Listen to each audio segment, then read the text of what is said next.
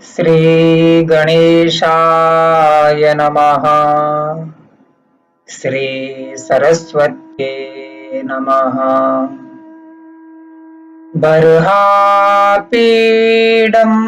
नटवरवपुः कर्णयो कर्णिकारं बिभ्रदवासः कनककपिशं वैजयन्तीं च मालाम् रन्ध्राणवेणोरधरसुधया पूरयन् गोपवृन्दे वृन्दारण्यं स्वपदरमणं प्राविशद्गीतकीर्ति।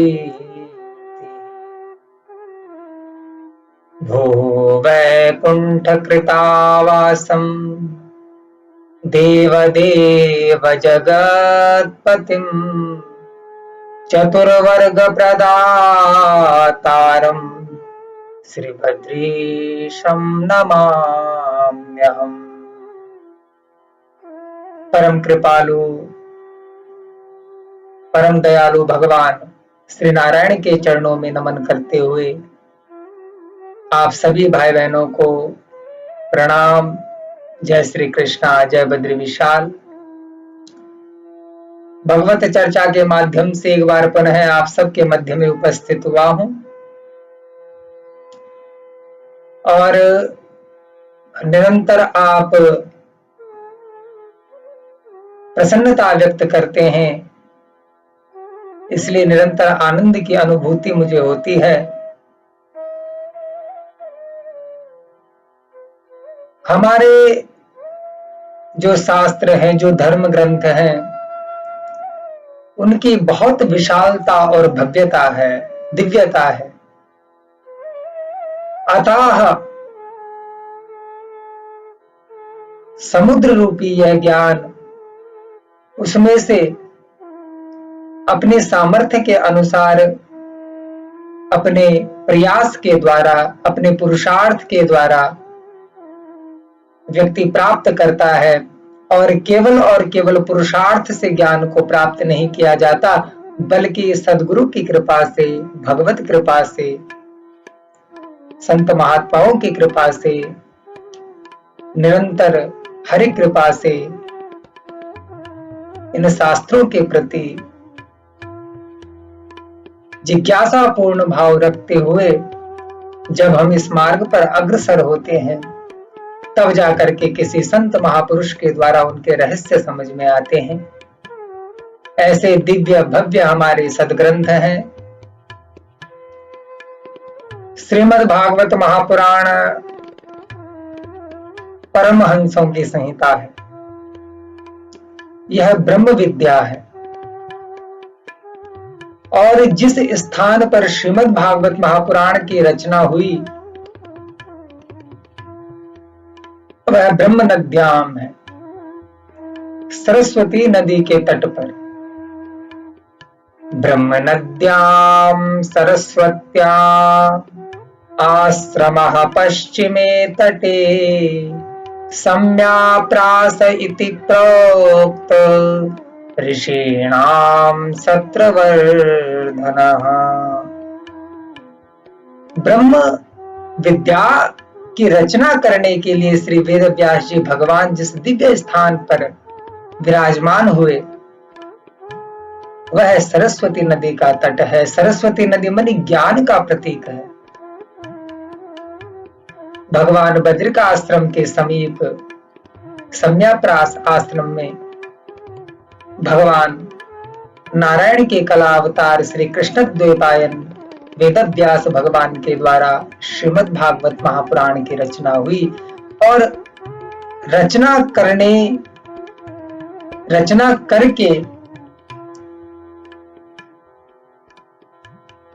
जो आनंद का अनुभव व्यास जी भगवान को हुआ, फिर उस आनंद को बांटना चाहा व्यास जी भगवान ने।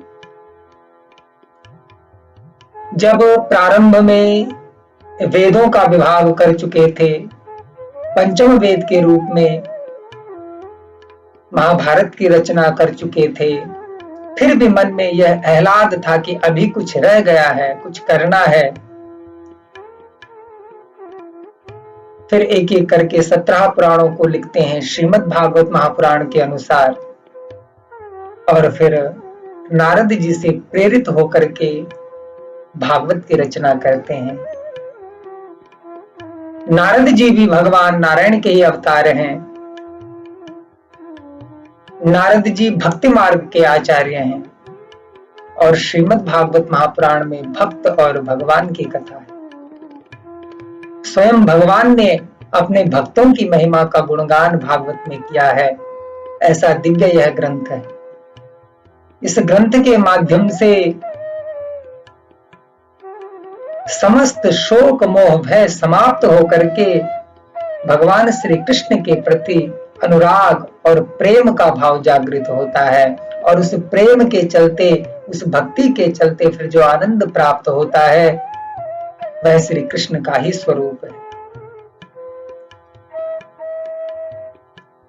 इस आनंद को व्यास भगवान ने समाज पर अनुग्रह करके बांटने की इच्छा से फिर यही श्रीमद् भागवत महापुराण अपने पुत्र श्री सुखदेव जी को इसका अध्ययन कराया। परम निवृत्ति परायण श्री शुकाचार्य जी महाराज जो जन्म लेते ही परिव्राजित हो गए थे और संसार की दुर्वासनाओं ने जिनका स्पर्श तक नहीं किया था, श्री नारायण का अनुग्रह जिन्हें सहज ही प्राप्त हो गया था और निजानंद से जो परिपूर्ण थे, ऐसे श्री शुकाचार्य जी महाराज जन्म लेते ही परिव्राजित हो जाते हैं।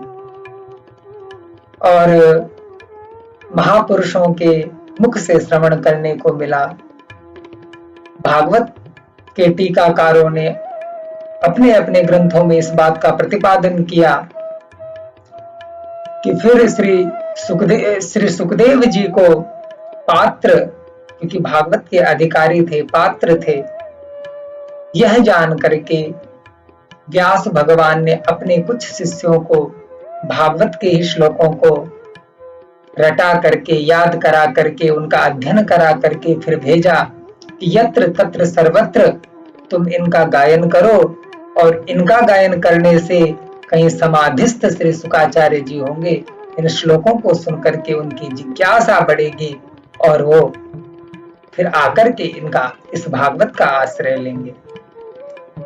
तो निर्गुण ब्रह्म की सत्ता में परिनिष्ठित श्री शुकाचार्य जी महाराज भी जब शिष्यों के द्वारा गाए हुए श्लोक कर्णपुटों पर पढ़ते हैं तो हरेर गुण क्षिप्त मतिर भगवान बादरायणी अध्यगान महदाख्यानम नित्यम विष्णु जन प्रिया, फिर आते हैं उन श्लोकों को सुन करके भगवान के जिसमें स्वरूप का वर्णन है, उस स्वरूप को जान करके उस सुंदरता को जानते हैं कि वाह कितने सुंदर हमारे गोविंद हैं, कितने सुंदर हमारे श्री कृष्ण चंद्र हैं। स्वरूप की तरफ भगवान सुखदेव जी का आकर्षण होता है। फिर एक शिष्य स्वभाव वाला श्लोक जिसमें भगवान का स्वभाव का वर्णन है, उस श्लोक को गाते हैं तो फिर स्वभाव के प्रति भगवान का पता चलता है शुकाचार्य जी को कि जिनका स्वभाव भी इतना सुंदर है, जिनका स्वरूप भी इतना सुंदर है, ऐसे दिव्य के दर्शन करने के लिए हम भी चाहेंगे कि हम उनका दर्शन करें और श्लोक हमें ऐसे सुनाइए। तो शिष्यगण शुकाचार्य जी को ले चलते हैं फिर व्यास जी के पास, और फिर भगवान व्यास जी के द्वारा, अपने पिता के द्वारा श्री सुखदेव जी भागवत का अध्ययन करते हैं। जो जन्म लेते ही परिव्राजित हो गए थे, धन्य है भागवत की महिमा कि आकर के फिर अपने पिता के पास भागवत का अध्ययन किया, और फिर समय आने पर वही भागवत महाराज परीक्षित जी को श्रवण कराया, और सूत आदि ऋषियों के माध्यम से फिर सबको यह भागवत उपलब्ध हुआ। संसार पर करुणा की दृष्टि से या स्वानुभाव मखिला श्रुतिसार मेकम, संसार पर करुणा की दृष्टि से, कृपा की दृष्टि से श्री शुकाचार्य जी ने इस आध्यात्म दीप को प्रज्वलित किया, ताकि जो अज्ञान और अंधकार में फंसे हुए जीव हैं,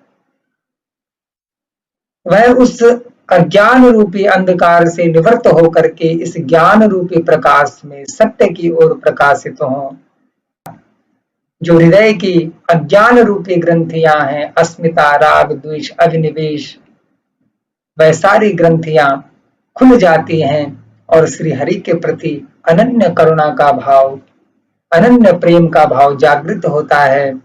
और फिर समाज में वह एकत्व की दृष्टि, जिसमें सबके प्रति प्रेम, सबके प्रति निश्चल भाव, करुणा, दया, ममता और भाईचारा, जो संपूर्ण विश्व में दिव्यता, भव्यता को प्रकाशित करता है, ऐसे इस दिव्य श्रीमद् भागवत का आश्रय लेकर के निश्चित रूप से सबका जीवन धन्य होता है।